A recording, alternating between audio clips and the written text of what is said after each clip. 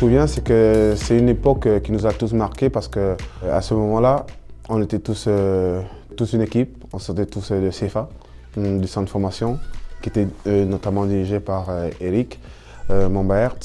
Ce que je peux juste te dire, c'est le souvenir d'être un noyau et une équipe forte dans tous les compartiments, quoi. On ne se regardait pas les uns les autres, on se disait bon ben on a un nouveau président qui vient d'arriver, qui a promis de tout nous donner.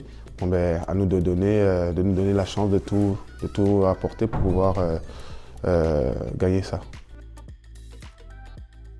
Le numéro 20, ça c'est un numéro que je ne peux jamais oublier. C'est un numéro que j'ai tatoué sur moi parce que à l'époque, j'avais un de mes compatriotes qui s'appelait Nabil Taider, qui avait le numéro 10.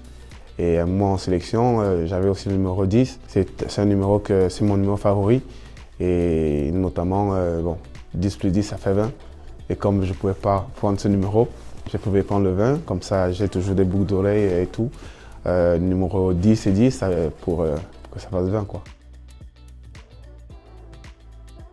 Pour moi, ça représentait le début de quelque chose de spécial de ma carrière professionnelle parce que j'avais tellement envie, j'ai toujours envie, disons, mais bon, à ce moment-là, j'avais une envie énorme.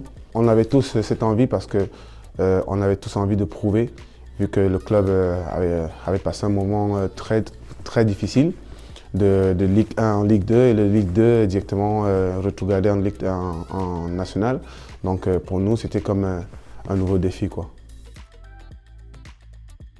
J'ai certains maillots de Toulouse, de mon époque, de mes 3 étapes qui sont bien gardées chez ma mère.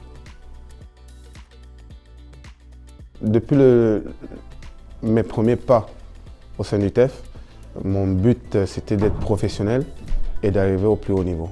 Donc, quand je suis arrivé au plus haut niveau, en Ligue 1, c'est quelque chose, tu n'as plus envie de lâcher, quoi. Donc, moi, je me suis retrouvé en Ligue 1 avec la même équipe, avec un entraîneur qui me connaissait déjà et en plus avec des partenaires, mes partenaires qui me connaissaient. On était tous ensemble. Donc, mon objectif était d'arriver le plus haut possible et le plus loin possible, surtout avec le TEF. J'étais jeune, mais j'avais déjà reçu des responsabilités. Eric m'avait donné, et c'était pas quelque chose que j'avais demandé, mais bon, il faut savoir que quand on est sur un terrain de football, ce qu'une personne apporte, ça se retransmet. Et bon, moi, au vu de mon jeu, de national en Ligue 2, de Ligue 2 en Ligue 1, bon, ben, ça s'est transmis et j'ai eu à apporter des galons jusqu'au brassard sans le demander.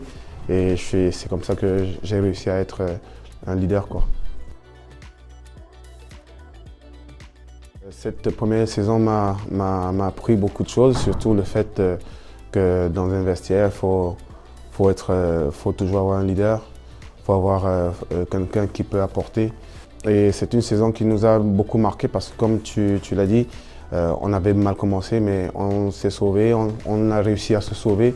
J'avais une voix qui faisait en sorte que certains de mes partenaires pouvaient m'écouter sans me juger, sans regarder si je suis Achille Emana, si on parle plus de moi à la presse ou non. Le plus important pour moi, c'était que quand on entre sur le terrain, bon, ben, on entre avec les dents et la hargne de pouvoir gagner pour que les supporters sortent de là avec la joie dans le cœur. Je pense que c'était Amiens, Angers. Et du score? Non, du score non, ça fait longtemps mais bon, du score non.